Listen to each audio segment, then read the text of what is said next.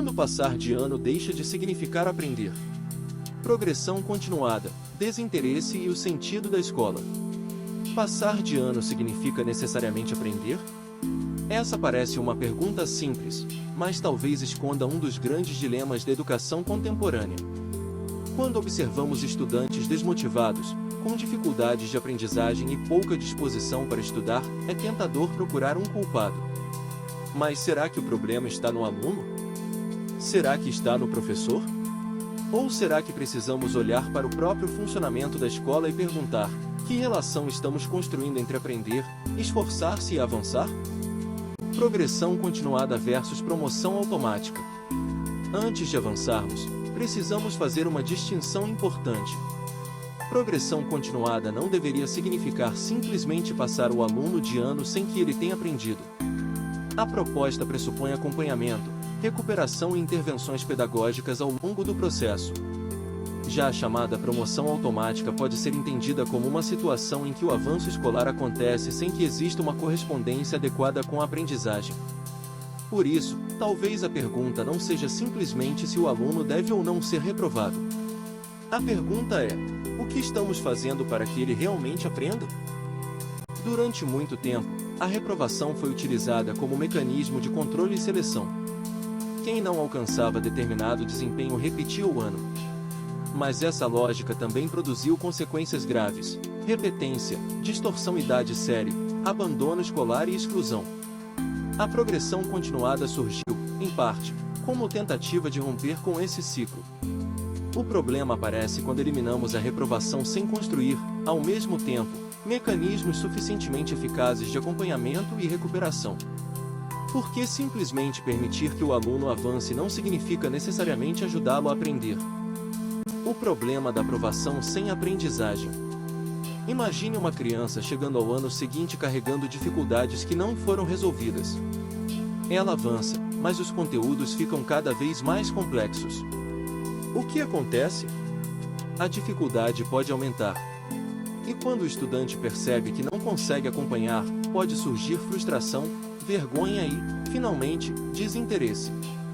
Nesse sentido, talvez uma das maiores injustiças seja permitir que o aluno avance sem garantir que ele tenha condições reais de acompanhar o próximo passo. O problema da aprovação sem aprendizagem. Imagine uma criança chegando ao ano seguinte carregando dificuldades que não foram resolvidas. Ela avança, mas os conteúdos ficam cada vez mais complexos. O que acontece? A dificuldade pode aumentar. E quando o estudante percebe que não consegue acompanhar, pode surgir frustração, vergonha e, finalmente, desinteresse. Nesse sentido, talvez uma das maiores injustiças seja permitir que o aluno avance sem garantir que ele tenha condições reais de acompanhar o próximo passo. O aluno e a cultura do tanto faz. Talvez um dos comportamentos mais preocupantes seja o famoso tanto faz. Tanto faz fazer atividade. Tanto faz estudar.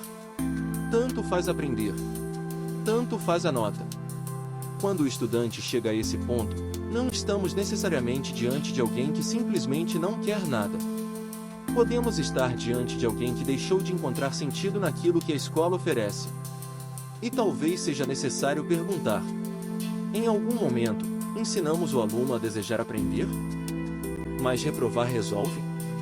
Aqui precisamos tomar cuidado. Se a aprovação sem aprendizagem pode ser problemática, a reprovação também não pode ser apresentada como solução automática. Reprovar um estudante não garante que ele aprenderá no ano seguinte. Pode produzir frustração, estigmatização, atraso escolar e, em alguns casos, afastamento definitivo da escola. Portanto, talvez o debate não deva ser aprovar ou reprovar. Mas, o que fazer quando o aluno não aprende? A resposta precisa envolver acompanhamento, recuperação, intervenção pedagógica e responsabilidade. O professor diante do dilema.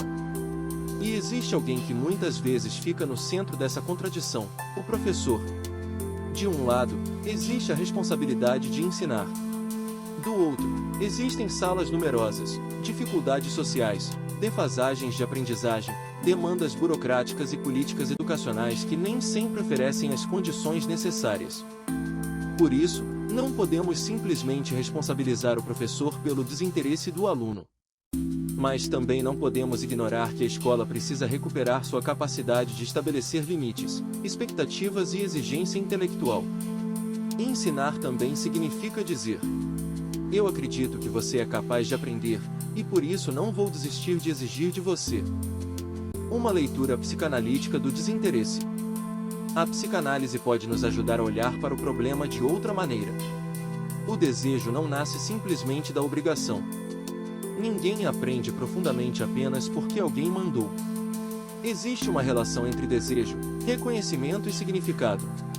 O estudante precisa encontrar alguma razão para investir sua energia naquilo que está aprendendo. E aqui surge uma pergunta desconfortável.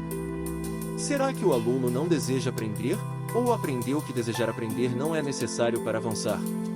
Talvez o chamado desinteresse seja, em alguns casos, uma forma de defesa diante da frustração, da dificuldade ou da sensação de incapacidade. Exigência não é punição. Precisamos recuperar uma ideia que talvez tenha se perdido em algumas discussões educacionais. Exigir não significa punir. Exigir pode significar acreditar na capacidade do estudante. Acolher não significa abandonar expectativas. Ser compreensivo não significa aceitar qualquer resultado. Uma educação verdadeiramente inclusiva precisa oferecer oportunidades, mas também precisa estabelecer objetivos e responsabilidades. Talvez o caminho esteja justamente no equilíbrio. Nem a escola da punição, nem a escola do tanto faz. Que escola queremos construir? No final, talvez precisemos abandonar uma falsa escolha. Não precisamos escolher entre reprovar alunos indefinidamente ou aprová-los sem que tenham aprendido. Podemos construir uma escola que acompanhe, recupere, ensine, exige e ofereça novas oportunidades. Uma escola em que ninguém seja abandonado por não aprender. Mas também uma escola que não engane o estudante dizendo que avançar é a mesma coisa que aprender. Porque talvez a verdadeira inclusão não seja simplesmente garantir que todos passem. Talvez seja garantir que todos tenham o direito de aprender. E fica uma última pergunta. Estamos formando estudantes que apenas avançam pelo sistema ou pessoas que realmente descobriram o valor de aprender? Chegamos ao final de mais um vídeo do canal História e Psicanálise.